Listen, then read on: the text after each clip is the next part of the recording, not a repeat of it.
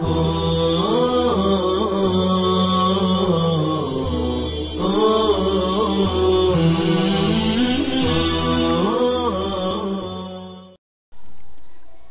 للہ وکفی وسلام علی عبادہ الذین اصطفی، اما بعد۔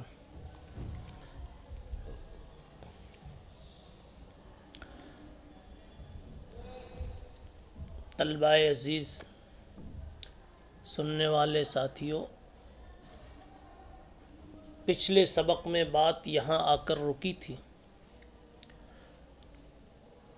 بلکہ یہ عنوان مکمل ہوا تھا کہ حب الرسول صلی اللہ علیہ وسلم سے کون سی محبت مراد ہے، جبکہ آپ کے سامنے محبت کی 4 قسمیں پیش کی گئی تھی۔ محبت طبعی، محبت عقلی، محبت شرعی، محبت عشقی۔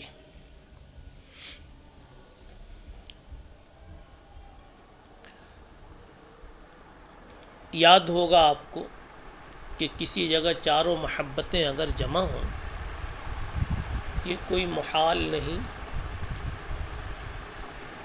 اور یہ کوئی اشیاء متضادہ کا اجتماع نہیں ہے،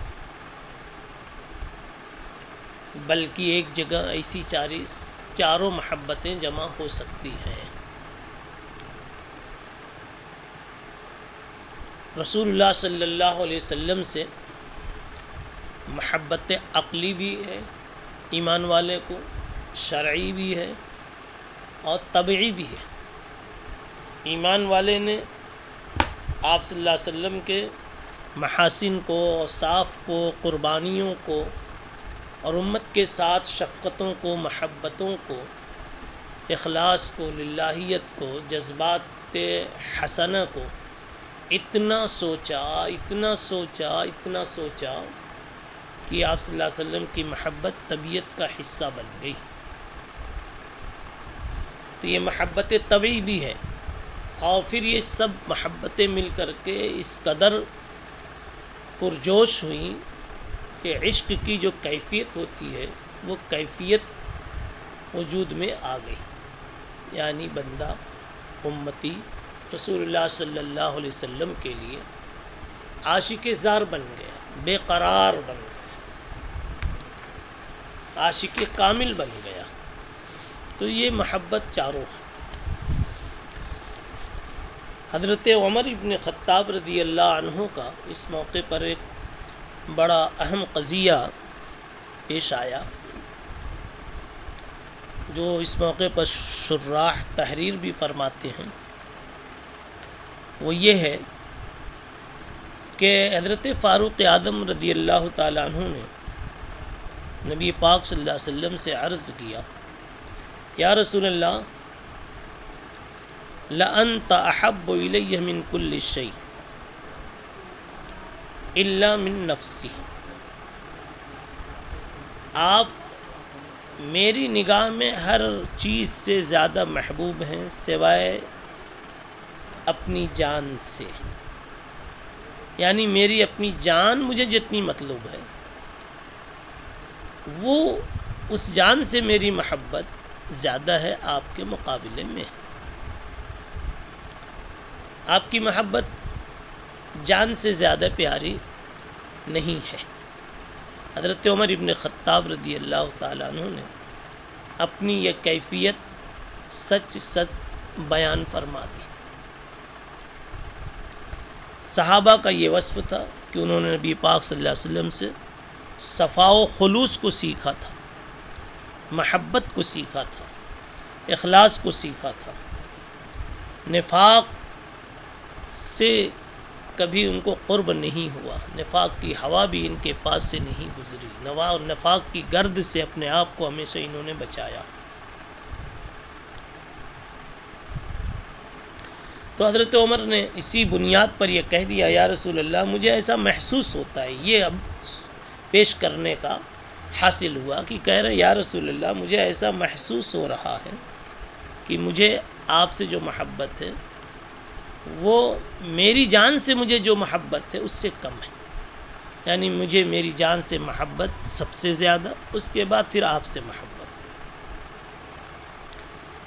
تو حضور پاک صلی اللہ علیہ وسلم نے اس پر ارشاد فرمایا لا والذی نفسی بیدہ حتی اکون احب الیک من نفسک، جب تک میں تمہاری نگاہ میں تمہاری جان سے بھی زیادہ پیارا نہ ہو جاؤں، محبوب نہ ہو جاؤں، اس وقت تمہارا ایمان معتبر نہیں ہو سکتا۔ اس پر حضرت عمر رضی اللہ تعالی عنہ نے کہا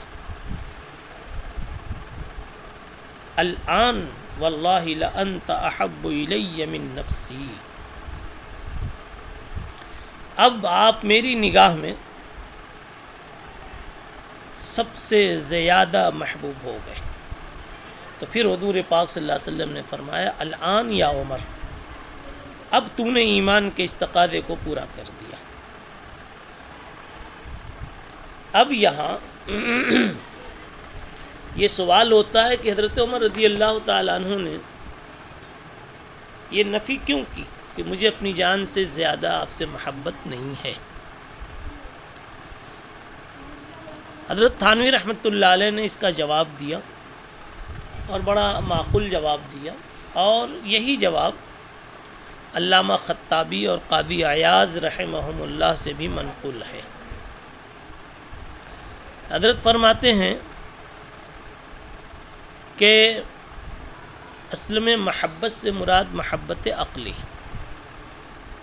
اس لیے کہ محبت طبعی انسان کے اختیار میں عموماً نہیں ہوتی۔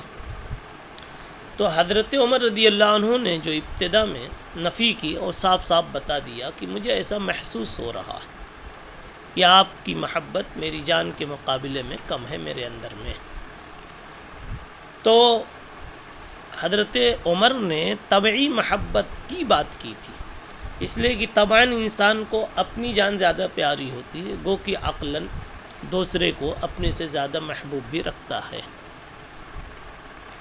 تو حضرت عمر نے نفی کی تھی محبت عقلی کی، محبت طبعی کی نفی کی تھی کہ طبعی محبت آپ سے جو کچھ بھی مجھے حاصل ہے وہ کم ہے اس محبت کے مقابلے میں جو مجھے میری جان کے ساتھ حاصل ہے۔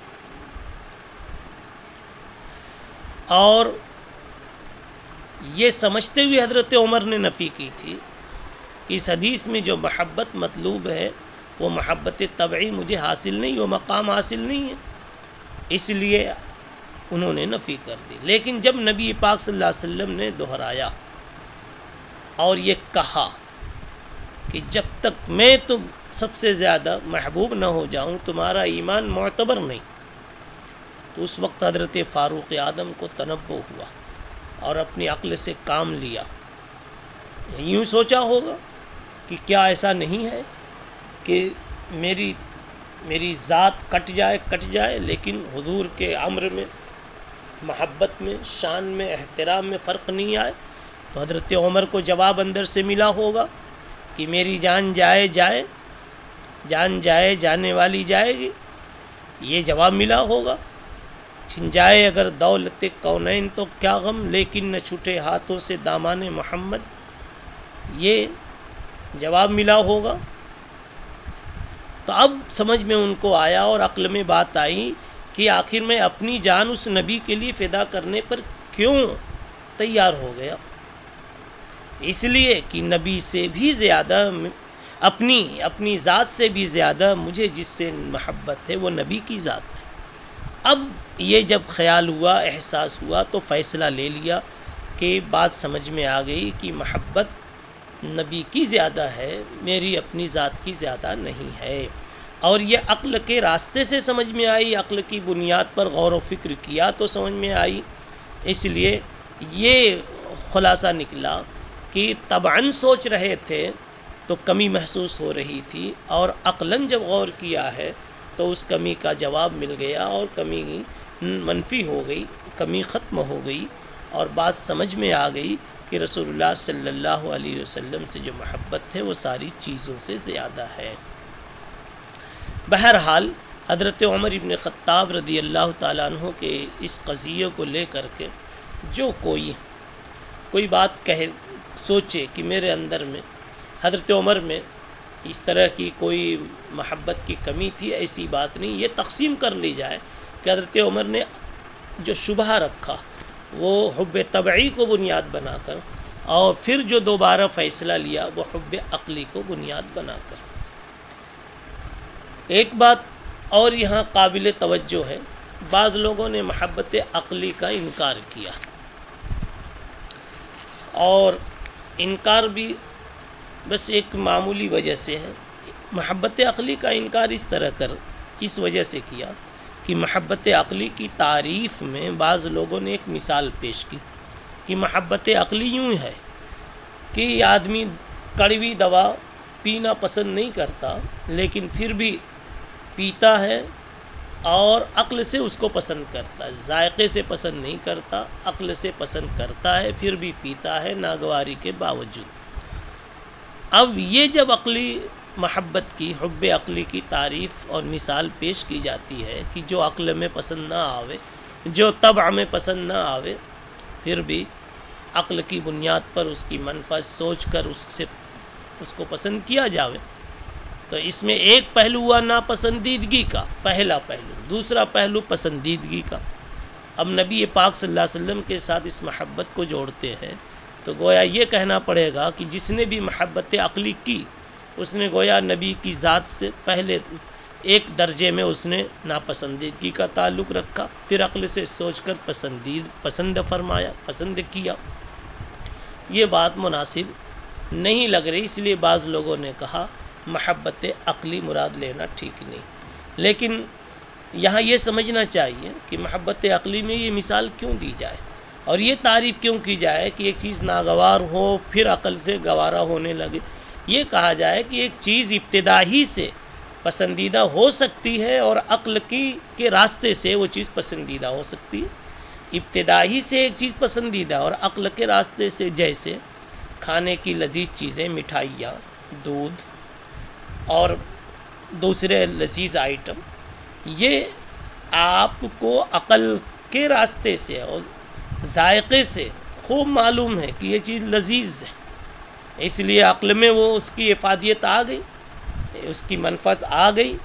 تو ایسے ہی ایک آدمی رسول اللہ صلی اللہ علیہ وسلم کو عقل سے بھی سوچ کر کے ابتدائی سے محبوب رکھتا ہے تو کہیں گے کہ محبت عقلی ہے۔ پچھلے سبق میں یہ بات بتائی گئی تھی، چاروں محبتیں جمع ہو سکتی ہیں۔ اگر یہ چیز یاد رہے تو شاید اس قسم کے اشکالات پیش نہ آویں۔ اب ایک بات اور بتانی ہے، اور آپ پچھلی کتابوں میں پڑھ چکے، سن چکے ہوں گے، اختصاراً اس کا مذاکرہ کر لیا جائے۔ محبت کے اسباب کیا کیا ہوتے ہیں، کن بنیادوں پر کسی سے محبت ہوتی ہے، اس کے 4 اسباب بتائے جاتے ہیں۔ ایک تو نسب و قرابت، خاندانی محبت جس کو کہتے ہیں، نسب کی بنیاد پر ہے، رشتہ داری کی بنیاد پر، قرابت کی بنیاد پر۔ نمبر 2 احسان، نمبر 2 کسی کا احسان، جس سے احسان ہوا اس سے محبت ہو گئی۔ نمبر 3 نوال، وہ کمال،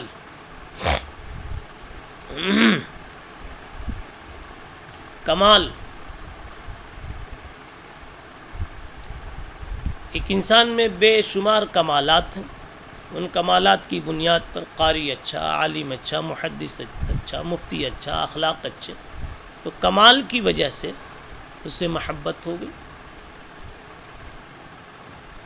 اور ایک چیز مطلق قرابت ہے، پہلے نمبر پر جو بتایا وہ نسبی قرابت، خاندانی قرابت، اور ایک مطلق کوئی قرابت جیسے سسرالی رشتہ بن گیا۔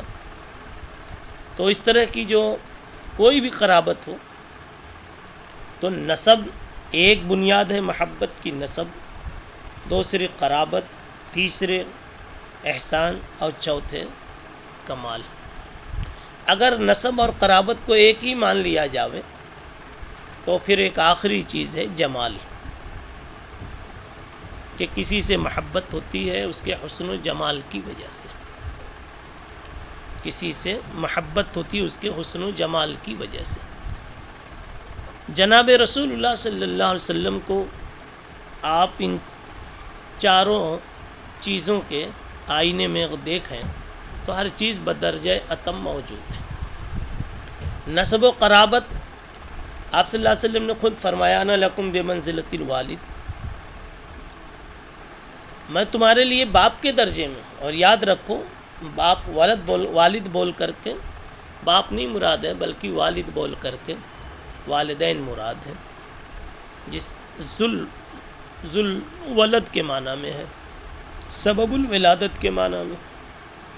تو انا لکم بمنزلۃ الوالد اے بمنزلۃ الوالدین، اور پہلے بتایا جا چکا ہے ساری محبتوں میں سب سے اعلیٰ محبت وہ ہے جو والدین کو اولاد سے ہوتی ہے۔ تو آپ صلی اللہ علیہ وسلم نے اپنی محبت کو امت کے ساتھ جو ہے سمجھانے کے لیے اس کا سہارا لیا۔ تو دیکھو تو وہ محبت، وہ سبب محبت بھی آپ میں ہے جو خاندانی محبتوں میں جو چیز سبب ہوتی ہے، جمال آپ کا بے شمار، کمال آپ کا لامتناہی، اور احسان اور نوال جس کو کہتے ہیں یہ بھی بے مثال، آپ جیسا کوئی محسن نہیں۔ تو سارے اسباب محبت آپ صلی اللہ علیہ وسلم میں موجود ہیں۔ اس لیے آپ نے اگر یہ کہا کہ جب تک کہ میری ذات سے سب سے زیادہ تمہیں پیار نہ ہو جائے تمہارا ایمان کامل نہیں، یہ بات بالکل صحیح ہے۔ اس لیے کہ اسباب کے ہوتے ہوئے بھی اگر کوئی آدمی آپ سے محبت نہیں کرتا ہے تو پھر یہ اس کے اندرون قلب کی بیماری کی بات ہے کہ سبب موجود ہے پھر بھی ان کا قلب صحیح رخ پہ نہیں چل رہا ہے، تو کل کسی جگہ پر مثلا والدین کے ساتھ، بھائی بہنوں کے ساتھ سبب موجود ہوگا لیکن وہاں بھی وہ محبت کا معاملہ، سلوک کا معاملہ نہیں کرے گا۔ تو آپ نے انسانیت جگانے کے لیے فرمایا کہ مجھ سے جس کو پوری محبت نہیں اس کا ایمان کبھی کامل نہیں ہو سکتا۔ بہرحال اس پر پوری گفتگو آپ کے سامنے آ گئی۔ دوسری حدیث کو سند کے ساتھ پڑھ لیجئے۔ بہی قال حدثنا یعقوب ابن ابراہیم قال حدثنا ابن علیۃ عن عبد العزیز ابن صہیب عن انس عن النبی صلی اللہ علیہ وسلم قال وحدثنا آدم ابن ابی ایاس قال حدثنا شعبہ عن قتادۃ عن انس رضی اللہ تعالی عنہ قال قال رسول اللہ صلی اللہ علیہ وسلم لا یؤمن احدکم حتی اکون احب الیہ من والدہ وولدہ والناس اجمعین۔ اس دوسری سند سے جو روایت آئی اس میں والناس اجمعین کا اضافہ ہے۔ حضور پاک صلی اللہ علیہ وسلم کی محبت کامل مطلوب ہے۔ اللہ تعالی ہم سب کو آپ صلی اللہ علیہ وسلم کا عاشق بنائے اور محبت مطلوبہ درجہ مطلوبہ تک نصیب فرمائے۔ وآخر دعوانا ان الحمد للہ رب العالمین۔ سبحان اللہ بحمدہ، سبحان اللہ العظیم۔